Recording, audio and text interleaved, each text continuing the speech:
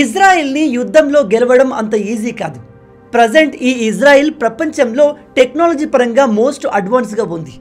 ఈ దేశం చాలా చిన్నదే అయినప్పటికీ ప్రపంచంలో వీళ్ళకంటూ ఒక ప్రత్యేకమైన గుర్తింపు ఉంది. ఇప్పుడు సడన్గా నేను ఇజ్రాయెల్ గురించి ఎందుకు మాట్లాడుతున్నాను అంటే మీ అందరికీ తెలుసు, పాలస్తీనాలోని హమాస్ ఉగ్రవాదులకి ఇజ్రాయెల్కి మధ్య యుద్ధం ఎన్నో రోజుల నుంచి జరుగుతుంది. ఈ హమాస్ ఉగ్రవాదులు ఇజ్రాయెల్లోకి చొరబడి అక్కడి అమాయక ప్రజల్ని ఇష్టం వచ్చినట్టుగా కాల్చి చంపారు.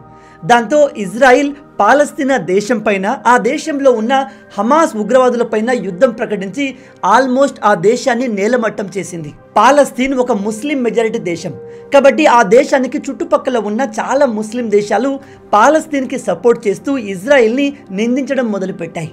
మీరు ఇక్కడ వరల్డ్ మ్యాప్లో చూస్తే ఇదిగో ఇది ఇజ్రాయిల్. ఈ ఇజ్రాయిల్కి చుట్టూ ఉన్నవన్నీ ముస్లిం దేశాలే. మీ అందరికీ తెలుసు, ఇస్లాం మతం ఎక్కడ ఎక్కువగా ఉంటుందో అక్కడ వాళ్ళు వేరే మతాల వారిని ఉండనివ్వరు. ఇజ్రాయెల్ చుట్టూ ఉన్నవన్నీ ముస్లిం మెజారిటీ దేశాలు కాబట్టి ఈ ఇజ్రాయెల్ అంటే ఆ దేశాలకు ఏమాత్రం పడదు. ఎప్పుడైతే ఇజ్రాయెల్ పాలస్తీనా దేశం పైన దాడి చేసి ఆ దేశం మొత్తాన్ని ఆక్యుపై చేసిందో, ఇజ్రాయెల్కి చుట్టుపక్కల ఉన్న కొన్ని ఉగ్రవాద సంస్థలు ఆ దేశం పైన దాడి చేయడం మొదలుపెట్టాయి. అలాంటి ఉగ్రవాద సంస్థల్లో మొదటిది హిజ్బుల్లా. వీళ్ళు ఇజ్రాయెల్కి ఉత్తర భాగంలో ఉన్న లెబనాన్ దేశంలో ఉంటారు. ఈ పేరును గుర్తుపెట్టుకోండి, హిజ్బుల్లా. రెండవ ఉగ్రవాద సంస్థ యెమెన్లోని హూతీ రెబల్స్. ఈ రెండు ఉగ్రవాద సంస్థలు ఇజ్రాయెల్ పైన దాడులు చేస్తూ ఉంటాయి. అయితే ఇజ్రాయెల్కి ఈ ఉగ్రవాద సంస్థలు పెద్ద సవాలు కాదు, ఎందుకంటే ఇజ్రాయెల్ తమ దగ్గర ఉన్న అడ్వాన్స్ టెక్నాలజీతో వీళ్ళను ఈజీగా జయించగలదు. ఈ ఉగ్రవాదులు ఇజ్రాయెల్ పైన మిసైల్స్ వేస్తే వాటి నుంచి కాపాడుకునేందుకు ఇజ్రాయెల్ దగ్గర ఐరన్ డోమ్ అనే టెక్నాలజీ ఉంది. ఈ ఐరన్ డోమ్ టెక్నాలజీ ఏంటంటే ఇది ఏ మిసైల్ అయినా ఆకాశంలోనే డిస్ట్రాయ్ చేస్తుంది. హమాస్ ఉగ్రవాదులు అలాగే లెబనాన్లోని హిజ్బుల్లా ఉగ్రవాదులు ఇజ్రాయెల్ పైన ఇప్పటి వరకు వేల మిసైల్స్ని వేశారు. ఆ అన్ని మిసైల్స్ని ఈ ఐరన్ డోమ్ ఆకాశంలోనే డిస్ట్రాయ్ చేసింది. ఇప్పటి వరకు ఆ దేశానికి ఎటువంటి నష్టం జరగలేదు. అయితే జస్ట్ వారం కింద ఒక షాకింగ్ ఇన్సిడెంట్ జరిగింది. గత 50-60 సంవత్సరాల్లో ఎప్పుడు లేనంతగా ఇజ్రాయెల్ ఒక్కసారిగా ఉలిక్కి పడింది. విషయం ఏమిటంటే ఇజ్రాయెల్ పైన యమన్ దేశంలోని హూతీ రెబల్స్ అడ్వాన్స్ టెక్నాలజీ కలిగిన సూపర్ సోనిక్ మిసైల్తో దాడి చేశారు. ఇక్కడ సూపర్ సోనిక్ అంటే సౌండ్ కంటే 5 రెట్లు వేగంగా ట్రావెల్ చేసేది అని అర్థం. అంత వేగంగా ఈ మిసైల్ ఇజ్రాయెల్ దేశం పైన దాడి చేసింది. ఈ వేగానికి ఇజ్రాయెల్ దగ్గర ఉన్న ఐరన్ డోమ్ టెక్నాలజీ కూడా పనిచేయలేదు. ఇజ్రాయెల్ దగ్గర ఉన్న ఈ ఐరన్ డోమ్ టెక్నాలజీ ఈ హైపర్ సోనిక్ మిసైల్ని ఆపలేకపోయింది. అదృష్టవశాత్తు ఇజ్రాయెల్లో ఎవరికి ఎటువంటి హాని కలగలేదు. కానీ ఇజ్రాయెల్ మొదటిసారిగా భయాన్ని ఫీల్ అయింది. అయితే ఉగ్రవాదులైన ఈ హూతీ రెబల్స్ దగ్గర ఇంతటి అడ్వాన్స్ మిసైల్స్ ఎక్కడి నుంచి వచ్చాయి అంటే చాలామంది నిపుణుల ప్రకారం ఈ మిసైల్స్ని వీళ్లకు రష్యా ఇచ్చింది. రష్యా ఎందుకు ఇస్తుంది అంటే మీ అందరికీ తెలుసు, రష్యాకు అమెరికాకు అస్సలు పడదు. అండ్ ప్రజెంట్ రష్యా యుక్రెయిన్ మధ్య యుద్ధం జరుగుతుంది. అయితే ఈ యుద్ధంలో అమెరికా యుక్రెయిన్కి billions of dollars and advance వెపన్స్ని ఇచ్చి రష్యాపై యుద్ధం చేసేందుకు సపోర్ట్ చేస్తుంది. అలాగే ఈ ఇజ్రాయెల్ అమెరికాకు ఒక మంచి మిత్ర దేశం కాబట్టి అమెరికా ఎలాగైతే రష్యాపై యుద్ధం చేయడానికి యుక్రెయిన్ని సపోర్ట్ చేస్తుందో అలాగే రష్యా అమెరికా మిత్రువైన ఇజ్రాయెల్పై యుద్ధం చేసేందుకు ఈ ఉగ్రవాదులకు ఆయుధాలని సప్లై చేయడం మొదలుపెట్టింది. అయితే ఎప్పుడైతే ఈ హూతీ రెబల్స్ ఇజ్రాయెల్ పైన సూపర్ సోనిక్ మిసైల్స్ని వేశారో దాంతో అటు ఇజ్రాయెల్ ఇటు అమెరికా రెండూ ఒక్కసారిగా ఉలిక్కి పడ్డాయి. ఇజ్రాయెల్ తిరిగి ఈ ఉగ్రవాదుల్ని ఏదో ఒకటి చేయాల్సిన టైం వచ్చిందని భావించి వాళ్ళపై ఆల్రెడీ రెడీ చేసి పెట్టిన ఒక సీక్రెట్ ప్లాన్ని యాక్టివేట్ చేసింది. ఆ ప్లాన్ ఏమిటంటే ఇజ్రాయెల్కి నార్త్లో ఉన్న లెబనాన్ ఉగ్రవాదులపై వరుస పేలుళ్లు జరపడం. ఇక్కడ షాకింగ్ విషయం ఏమిటంటే ఈ పేలుళ్లు ఏదో పెద్ద పెద్ద బాంబుల వల్ల జరగలేదు. ఇదిగో ఇక్కడ కనిపిస్తున్న ఒక చిన్న ఎలక్ట్రానిక్ డివైస్ వల్ల జరిగింది. ఈ డివైస్ పేరు పేజర్. దీన్ని మొబైల్ ఫోన్స్ రాకముందు చిన్న చిన్న మెసేజ్లు, కోడ్ వర్డ్స్ పంపేందుకు ఉపయోగించేవాళ్ళు. మొబైల్ ఫోన్స్ మార్కెట్లో వచ్చినప్పటి నుంచి వీటిని ఎవరూ పెద్దగా ఉపయోగించట్లేదు. ఇది కంప్లీట్గా ఒక అవుట్డేటెడ్ టెక్నాలజీ, అంటే పాతకాలపు టెక్నాలజీ అన్నమాట. కానీ హిజ్బుల్లాలోని చాలామంది ఉగ్రవాదులు ఈ పేజెస్ని ఉపయోగిస్తున్నారు. ఎందుకంటే ఇజ్రాయిల్ చాలా టెక్నాలజీ కలిగిన దేశం. ఒకవేళ ఉగ్రవాదులు మొబైల్ ఫోన్స్ వాడితే వాటిని ఇజ్రాయెల్ చాలా ఈజీగా హ్యాక్ చేసి వాళ్ళ పూర్తి ఇన్ఫర్మేషన్ తెలుసుకుంటుందని ఈ ఉగ్రవాదులు ఇప్పటికీ పాత టెక్నాలజీ అయిన ఈ పేజెస్ని ఉపయోగిస్తున్నారు. హిజ్బుల్లా ఉగ్రవాదులు ఈ పేజర్స్ని ఉపయోగిస్తున్నారు అనే విషయం ఇజ్రాయిల్ సీక్రెట్ ఏజెన్సీ అయిన మోసాద్కి ఎప్పుడో తెలుసు. కానీ వాళ్ళు ఆ విషయాన్ని బయట రివీల్ చేయకుండా ఒక అతిపెద్ద ప్లాన్ని వేశారు. అదేంటంటే ఈ ఉగ్రవాదులు పేజర్స్ని తైవాన్కి చెందిన గోల్డ్ అపోలో అనే కంపెనీ నుంచి కొంటున్నారు అని మోసాద్ తెలుసుకొని ఏదో విధంగా ఈ మోసాద్ ఆ కంపెనీలోకి ఎంటర్ అయ్యింది. బహుశా వీళ్ళు ఆ కంపెనీలో ఉన్న ఎంప్లాయీస్కి డబ్బులు ఇచ్చి కొన్నారా లేదా ఆ కంపెనీకే డబ్బులు ఇచ్చి తమ కంట్రోల్లో తెచ్చుకున్నారా అనేది మనకు తెలియదు. ఈ ఇజ్రాయెల్ ఇంటెలిజెన్స్ ఏజెన్సీ ఏం చేసిందంటే ఉగ్రవాదులు ఆర్డర్ చేసిన ఈ అన్ని పేజర్స్లో పేలుడు పదార్థాలను నింపి అవి బ్యాటరీకి దగ్గరగా ఉండేలా సెట్ చేసింది. అలాగే ఈ పేజర్స్ అన్నీ తాము అనుకున్న టైంలో ఒక్కసారి పేలేలాగా వాటిని ప్రోగ్రామ్ చేశారు. ఇదంతా ఇప్పుడు జరిగింది కాదు, ఎన్నో రోజుల క్రితం జరిగింది. కానీ ఈ విషయం ప్రపంచంలో ఎవ్వరికీ తెలియదు, ఇజ్రాయెల్కి తప్ప. అయితే 2 days బ్యాక్ ఇజ్రాయెల్ ఈ అన్ని పేజర్స్ని ఒక్కసారిగా పేల్చాలి అనుకుంది. అనుకోవడమే కాదు, ఆ ప్లాన్ని యాక్టివేట్ కూడా చేసింది. ఈ అన్ని పేజర్లకు ఇజ్రాయెల్ ఒక స్పెషల్ మెసేజ్ని పంపి వాటిలో ఉన్న ఎక్స్ప్లోజివ్స్ని యాక్టివేట్ చేసింది. దాంతో ఈ పేజర్లను ప్యాంటు జేబులో, షర్టు జేబులో, బ్యాగ్లో పెట్టుకున్న ఉగ్రవాదుల దగ్గర అవి ఒక్కసారిగా పేలి వేల మంది గాయాల పాలయ్యారు. ప్రజెంట్ అయితే దాదాపు 15 నుంచి 20 మంది మరణించారని చెప్తున్నారు. కానీ ఈ సంఖ్య ఇంకా చాలా ఎక్కువగా ఉండొచ్చు. ఇజ్రాయెల్ తెలివిగా ఏం చేసిందంటే వీటిని పేల్చే ముందు వాటిలో ఒక మెసేజ్ని పంపింది. జనరల్గా మనకు మెసేజ్ రాగానే ఏం చేస్తాం, ఫోన్ తీసుకొని ఇలా ముఖం దగ్గర పెట్టుకుంటాం.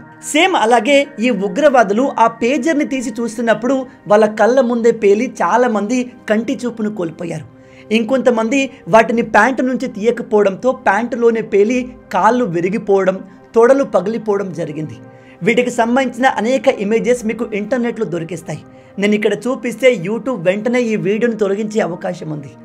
ఇక్కడ మీరు గమనించారా, ఇజ్రాయెల్ మిగతా దేశాలతో కంపేర్ చేస్తే ఎంత అడ్వాన్స్గా ఉంది అనేది.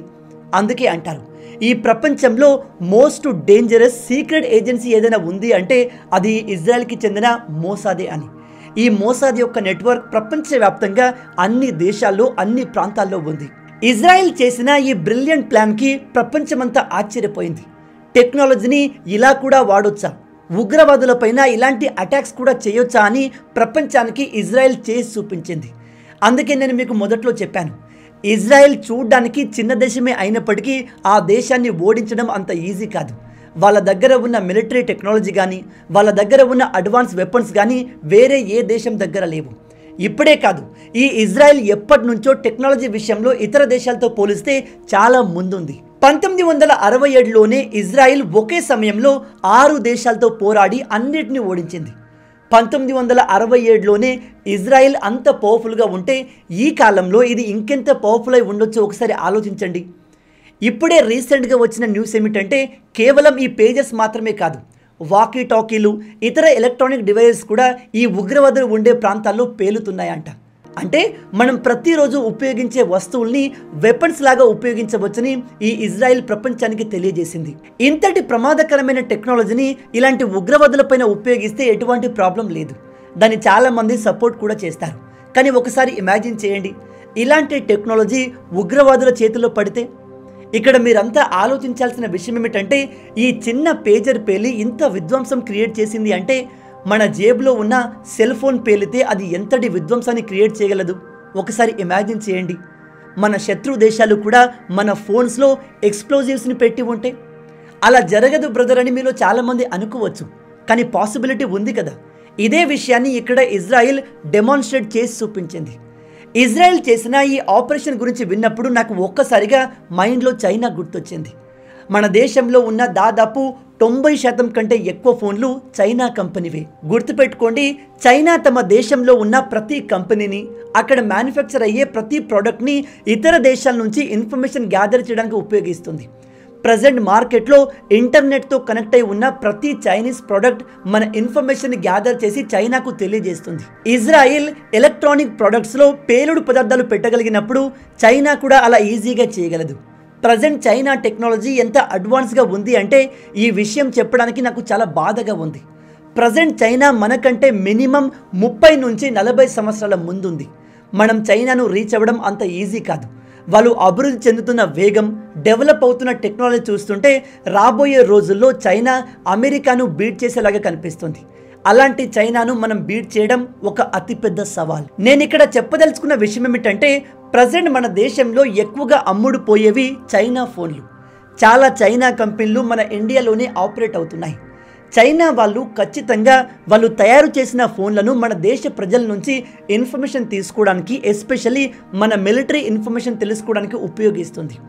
చైనా రూల్ బుక్లోనే ఉంది, చైనా దేశస్తులు ఏ దేశంలో ఉన్నా వాళ్ళు ఆ దేశపు ఇన్ఫర్మేషన్ని గ్యాదర్ చేసి సొంత దేశానికి తెలియజేయాలి. అంటే ప్రపంచంలో చైనీయులు ఎక్కడ ఉన్నా వాళ్ళు తమ దేశానికి గూఢచారుడుగా పనిచేస్తారు. ఇలాంటి రూల్ని రాజ్యాంగంలో రాసుకున్న చైనా వాళ్ళు తయారు చేస్తున్న టెక్నాలజీ ఉపయోగించి మన ఇన్ఫర్మేషన్ తెలుసుకోలేరు అనుకుంటున్నారా? ఒక రిపోర్ట్ ప్రకారం ప్రజెంట్ మన దేశంలోని మిలిటరీ పర్సనల్స్ 80% వరకు చైనీస్ మొబైల్స్ని యూజ్ చేస్తున్నారు. ఎందుకంటే అవి మిగతా ఫోన్స్ కంటే చాలా తక్కువ రేట్లో దొరికేస్తాయి. మన మిలిటరీ ఉపయోగించే ఈ ఫోన్లను చైనా చాలా ఈజీగా హ్యాక్ చేసి మన దేశ డిఫెన్స్కి చెందిన సెన్సిటివ్ ఇన్ఫర్మేషన్ తెలుసుకోవడం వాళ్ళకు పెద్ద ఛాలెంజ్ కాదు. అందుకే మన దేశ ప్రజలు చైనీస్ మొబైల్స్ని కంప్లీట్గా బ్యాన్ చేయాలి. అది అంత ఈజీగా జరిగే ప్రాసెస్ కాదు, దీనికి టైం పడుతుంది. చైనీస్ మొబైల్స్ని బ్యాన్ చేయాలి అంటే వాటికి ఆల్టర్నేట్గా ఇండియాలో ఏదైనా మంచి కంపెనీస్ ఉండాలి. కానీ అలాంటి కంపెనీస్ ప్రజెంట్ మన ఇండియాలో లేవు. కానీ మన గవర్నమెంట్ ఖచ్చితంగా మన దేశ డిఫెన్స్ సెక్టార్లో పనిచేసేవారు చైనీస్ ఎలక్ట్రానిక్ డివైజ్లను వాడకుండా చేస్తే బాగుంటుంది. ఎందుకంటే చైనా ఈ డివైజ్లను ఉపయోగించి మన సీక్రెట్ ఇన్ఫర్మేషన్ని తెలుసుకోగలదు. అంతేకాదు ఇజ్రాయెల్ చేసినట్టుగా వాళ్ళు ఎక్స్ప్లోజివ్స్ని ఈ ఫోన్లలో పెట్టగలరు. అలా జరిగే ఛాన్సెస్ లేకపోలేదు. దీని గురించి మీరేమనుకుంటున్నారు? మన ఇండియా చైనీస్ ఎలక్ట్రానిక్ ప్రొడక్ట్స్ని బ్యాన్ చేస్తే మంచిదా, లేదా అలా చేయడం వల్ల మనకే నష్టం ఎక్కువగా ఉందా? అండ్ ఇజ్రాయిల్ ఉగ్రవాదులపై చేసిన ఈ విచిత్రమైన దాడి గురించి మీరేమనుకుంటున్నారు? మీ ఆలోచనల్ని కింద కామెంట్లో చెప్పండి. మొత్తంగా ఇవే ఈ వీడియోకి సంబంధించిన పూర్తి విషయాలు. ఈ వీడియో మీకు నచ్చింది అనుకుంటున్నాను. నచ్చితే అలా ఊరికే చూసి వెళ్ళిపోకుండా వీడియోని లైక్ చేయండి. ఈ వీడియోకి నేను మీకు ఇచ్చే లైక్స్ టార్గెట్ 5000 లైక్స్. చాలా ఈజీ, సింపుల్గా చేసేయండి. మీరు కొట్టే లైక్స్కి కింద ఉన్న లైక్ బటన్ పగిలిపోవాలి. అలాగే ఇలాంటి మరిన్ని ఇంట్రెస్టింగ్ వీడియోస్ కోసం మన ఛానల్ని సబ్స్క్రైబ్ చేసి మమ్మల్ని సపోర్ట్ చేయొచ్చు కదా. ఇది మీకు కంప్లీట్లీ ఫ్రీ. కానీ మీరు చేసే ప్రతి ఒక్క లైక్ అండ్ సబ్స్క్రిప్షన్ మాకు మరిన్ని వీడియోస్ చేయడానికి ఒక మోటివేషన్లా ఉంటుంది. కాబట్టి వీడియోని లైక్ చేసి ఛానల్ని సబ్స్క్రైబ్ చేయడం మర్చిపోవద్దు. రాబోయే వీడియోలో ఇంకో ఇంట్రెస్టింగ్ టాపిక్తో మళ్ళీ కలుద్దాం. అంటిల్ దెన్, జై హింద్.